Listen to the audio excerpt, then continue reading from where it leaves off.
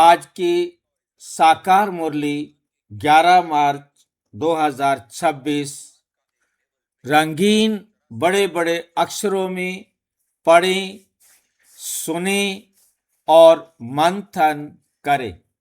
हम प्रतिदिन प्रातः 4 बजे, 6 बजे, शाम को 4 बजे, 8 बजे मुरली मंथन, ज्ञान मंथन करते हैं। आप सभी भी अपनी सुविधा अनुसार जब भी जुड़ना चाहें जुड़ सकते हैं, जिसके लिए इसी वीडियो के डिस्क्रिप्शन बॉक्स में गूगल मीट का लिंक दिया है। वो वहाँ वैसे नहीं खुलेगा, उसको वहाँ से कॉपी करेंगे और आप जब पेस्ट करेंगे तब ये लिंक खुलेगा। वहाँ से कॉपी करके कहीं और पेस्ट करने पर ही वो लिंक खुलता है। वहाँ से सिर्फ कॉपी हो सकता है। यदि आपको फिर भी जुड़ने में दिक्कत हो तो आप व्हाट्सएप पर लिंक मंगा सकते हैं। जो व्हाट्सएप से आपके पास लिंक आएगा वो कहीं भी खुल जाएगा। इसलिए व्हाट्सएप नंबर सामने इसी वीडियो में दिया है, जो आप देख रहे हैं नीचे चलती हुई लाइन में।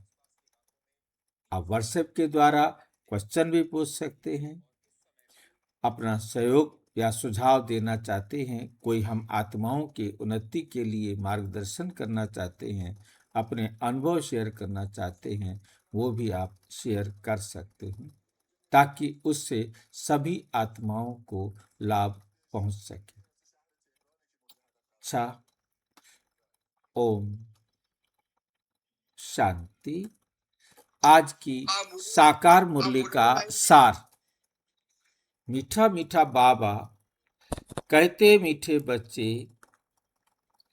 याद की यात्रा में रेस करो, याद की यात्रा में रेस करो तो पुण्य आत्मा बन जाएंगे। याद की यात्रा में रेस करो, क्या मतलब हुआ भाई? याद की यात्रा में रेस करो, ये कहाँ करें, कौन से मैदान में जाकर करें, कैसे करें ये रेस?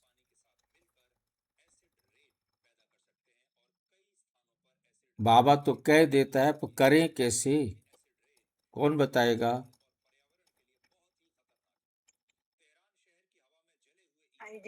हाँ जी। याद की यात्रा का मतलब है कि बाबा की श्रीमत पर चलते हुए, उनकी बात मानते हुए तुमने अपने आप में कितना परिवर्तन किया है, किस किस चीज में अभी तुम पीछे हो। तो एक दूसरे को देख के, सुन के सब मतलब ये समझे कि हम अभी कहाँ नीचे हैं, कितना परिवर्तन बाकी है।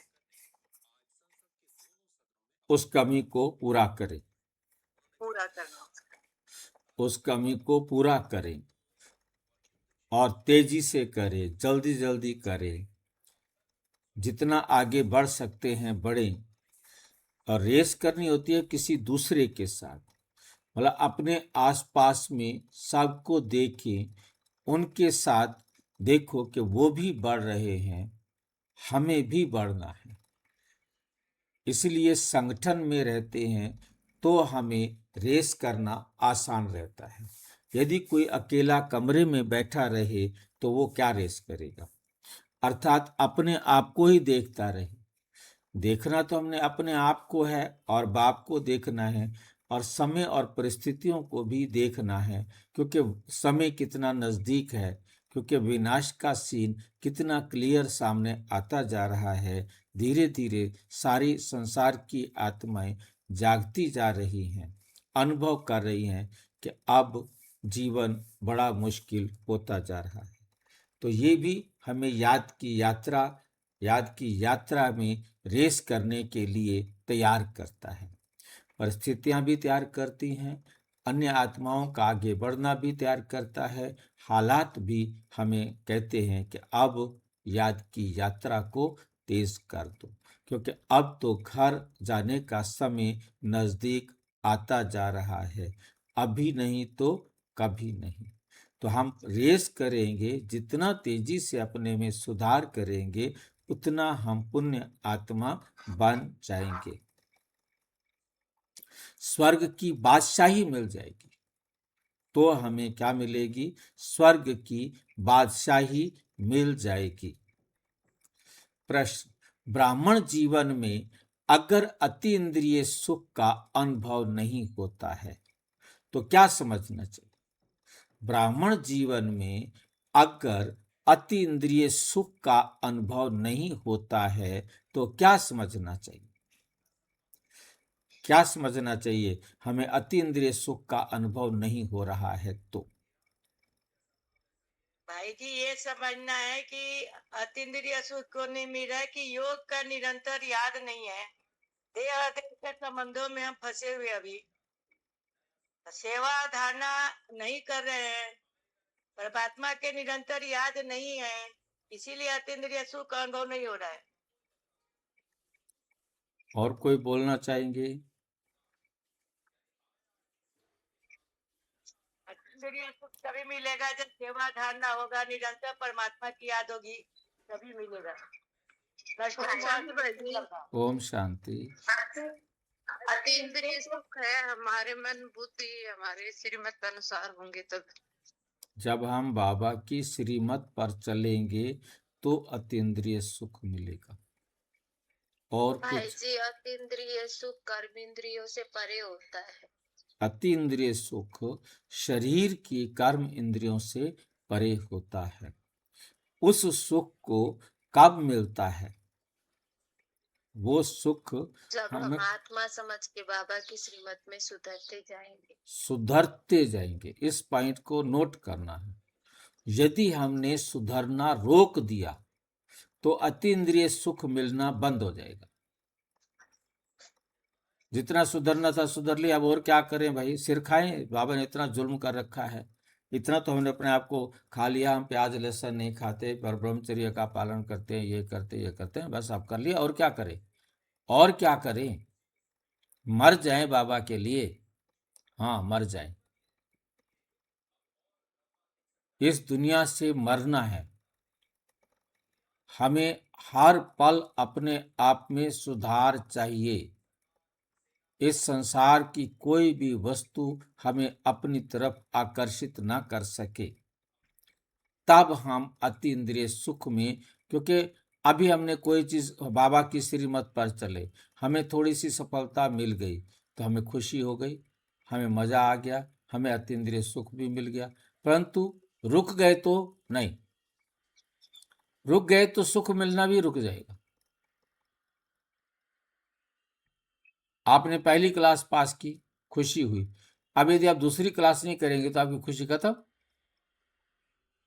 अब आपको दूसरी क्लास चाहिए, तीसरी क्लास चाहिए, चौथी क्लास चाहिए, पांचवी चाहिए, हर बार आपको नेक्स्ट चाहिए। ऐसे ही अति याद की यात्रा में आगे बढ़ते रहेंगे तो अति इंद्रिय सुख मिलता रहेगा। यदि हमने याद की यात्रा पर बढ़ना रोक दिया तो अति इंद्रिय सुख मिलना भी रुक जाएगा। ब्राह्मण जीवन में अगर अति इंद्रिय सुख अनुभव नहीं होता तो क्या समझना चाहिए? कि मैं याद की यात्रा पर नहीं हूं, मैंने अपने आप को सुधारना बंद कर दिया है। अति इंद्रिय सुख चाहिए तो सुधार कर लो। जरूर सूक्ष्म में भी कोई ना कोई पाप होते हैं। पाप क्यों हो रहे हैं? क्योंकि मैं सुधर नहीं रहा हूं। यदि मैं सुधर रहा होता तो पाप बंद हो जाते। अब भी पाप हो रहे हैं, उन पाप को बंद कर दूं। मेरे कारण किसी भी आत्मा को दुख पहुंच रहा है, उसे बंद करूं। उसे बंद करना ही याद की यात्रा है। अपने आप को चेक किया और अपने आप को हमने चेंज भी किया।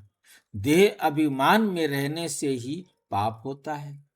याद की यात्रा में होंगे तो हमारा देह अभिमान खत्म होता जाएगा। यदि हमारा देह अभिमान खत्म नहीं हो रहा है तो मतलब हम याद की यात्रा पर नहीं बढ़ रहे हैं।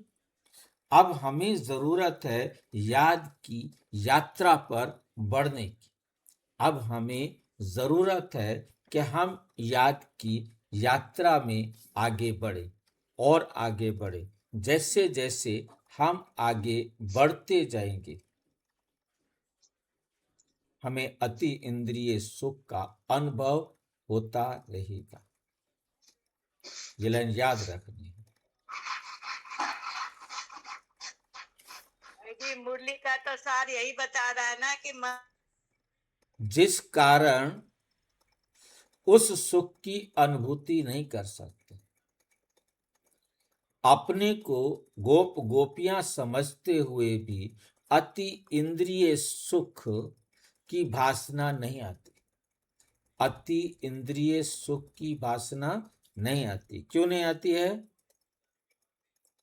उस सुख की अनुभूति नहीं कर सकते अपने को गोप गोपियां समझते हुए भी। गोप गोपी समझने का मतलब क्या है, कोई बता सकता है? गोप गोपियां समझने का मतलब क्या है? गोप गोपियां किसे कहते हैं? आत्मा को कहते हैं। हाँ, मैं आत्मा हूं। जब तक हम अपने को आत्मा नहीं समझेंगे तब तक अतीन्द्रिय सुख की वासना नहीं आती। जरूर कोई भूल होती है, या तो हमने सुधारना रोक दिया, या तो हम अपने को गोप गोपी या आत्मा नहीं समझ रहे। तो अतीन्द्रिय सुख किसको मिले? पहले आत्मा समझे, फिर अपने में सुधार करें, तब तो अतीन्द्रिय सुख मिले। इसलिए बाप को सच बतलाकर श्रीमत लेते रहो, श्रीमत लेते रहो।